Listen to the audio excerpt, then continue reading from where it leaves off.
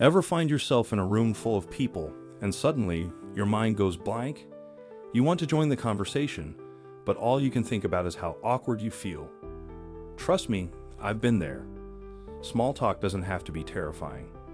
In fact, with the right tips and a bit of practice, you can turn those nerve-wracking moments into opportunities to connect.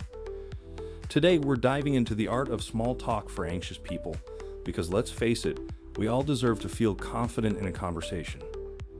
Main script. 1. Understanding the anxiety behind small talk. Let's start by addressing the elephant in the room. Why does small talk make so many of us anxious? It's not just about finding the right words, it's about the fear of judgment, of saying something wrong, or just not knowing what to say at all. Anxiety thrives in uncertainty, and small talk is full of it.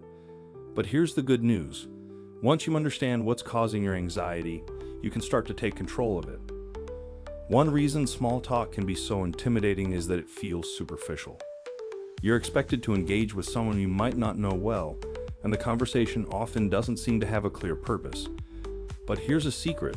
Small talk isn't about the topic, it's about building a connection. It's a way to ease into more meaningful conversations. 2. The power of preparation. You might think that small talk is all about spontaneity, but preparation can be your best friend. Just like you wouldn't walk into an exam without studying, don't walk into a social situation without some conversation starters in your back pocket. Think about the context of where you'll be. If it's a work event, you might prepare some questions about the latest project or industry trends. If it's a social gathering, you could ask about the host or a shared interest like a movie or book. Having a few go-to topics can ease your anxiety because you won't have to think on the spot. 3. Ask open-ended questions. One of the simplest ways to keep a conversation flowing is to ask open-ended questions. Questions that can't be answered with just a yes or no. This invites the other person to share more and gives you something to build on. For example, instead of asking, "Did you have a good weekend?" try, "What did you do over the weekend?" This way, you're not only showing interest in their life, but you're also creating an opportunity for a richer conversation. People love to talk about themselves, and by asking questions that require more than a one-word answer, you're giving them the chance to open up. 4. Listen more, talk less. Here's something that might surprise you. You don't have to talk a lot to be good at small talk. In fact, being a great listener is one of the most valuable skills you can have in a conversation. When you focus on listening, it takes the pressure off you to constantly think of the next thing to say. Active listening isn't just about hearing the words, it's about understanding the message behind them. Nod, smile, and respond to what the other person is saying. This shows that you're engaged and interested, which in turn makes them feel valued and understood. Plus, when you listen carefully, you'll naturally find follow-up questions or comments that keep the conversation going. 5. Embrace the awkwardness. Let's face it, no matter how prepared you are, there will be awkward moments. Maybe there's a lull in the conversation, or you say something that doesn't quite land the way you intended. It's okay. Awkwardness is part of being human, and everyone experiences it. The key is not to let those moments derail you. If there's a pause, don't panic. Take a breath, smile, and either ask another question or comment on something happening around you. Sometimes acknowledging the awkwardness can even break the tension. You might say, "Isn't it funny how small talk can feel so awkward sometimes?" Chances are, the other person feels the same way and will appreciate your honesty. 6. Find common ground. Small talk is much easier when you find something you both care about. It could be a shared interest, a mutual acquaintance, or even a similar experience. Once you find that common ground, the conversation will naturally become more comfortable and engaging. Let's say you're talking to someone at a work event, and you both discover that you love the same TV show.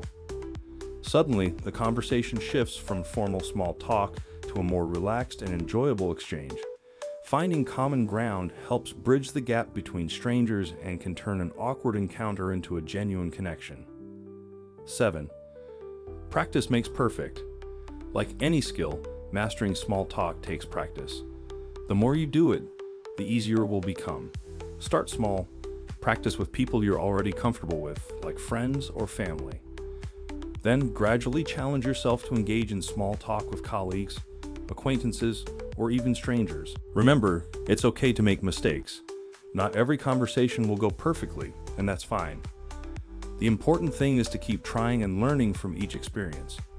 Over time, you'll start to notice that your anxiety decreases and your confidence grows. 8. Use body language to your advantage. Did you know that a significant portion of communication is nonverbal? Your body language can either help you feel more confident or add to your anxiety. For example, crossing your arms or avoiding eye contact can make you seem closed off or nervous, even if that's not how you feel. Instead, try to use open body language. Keep your arms relaxed, maintain eye contact, and face the person you're talking to. These small adjustments can make a big difference in how you're perceived and how you feel in the conversation. Plus, when you appear confident, it can actually help you feel more confident. 9. Know when to exit the conversation. Part of mastering small talk is knowing when and how to gracefully exit a conversation. It's normal for conversations to naturally come to an end, and it's important to recognize when that moment arrives. You don't want to overstay your welcome or let the conversation drag on to the point where it becomes uncomfortable. One strategy is to wrap up the conversation on a positive note. You might say something like, "It was great talking with you, but I should go check in with a few other people. I hope we get to chat again soon." This allows you to exit gracefully while leaving the door open for future interactions. 10. Reflect and learn. After a social event or gathering, take a few moments to reflect on your conversations. What went well? What could have been better? This isn't about beating yourself up for mistakes, but rather about learning and growing. By reflecting on your experiences, you can identify patterns and areas for improvement. For example, if you notice that you struggled with keeping the conversation going, you might want to practice asking more open-ended questions or finding common ground more quickly. On the other hand, if you had a particularly good conversation, think about what made it successful and how you can replicate that in the future. So, what's the takeaway here? Small talk doesn't have to be scary or awkward. With a little preparation, some active listening, and a lot of practice, you can turn those anxious moments into opportunities to connect and engage. Remember, it's not about being perfect, it's about being present. Every conversation is a chance to learn, grow, and maybe even make a new friend. So the next time you find yourself in a room full of people, take a deep breath, smile, and start talking. You've got this. Screen fades to black with a gentle reminder to hit the like button and subscribe for more tips on navigating life with anxiety.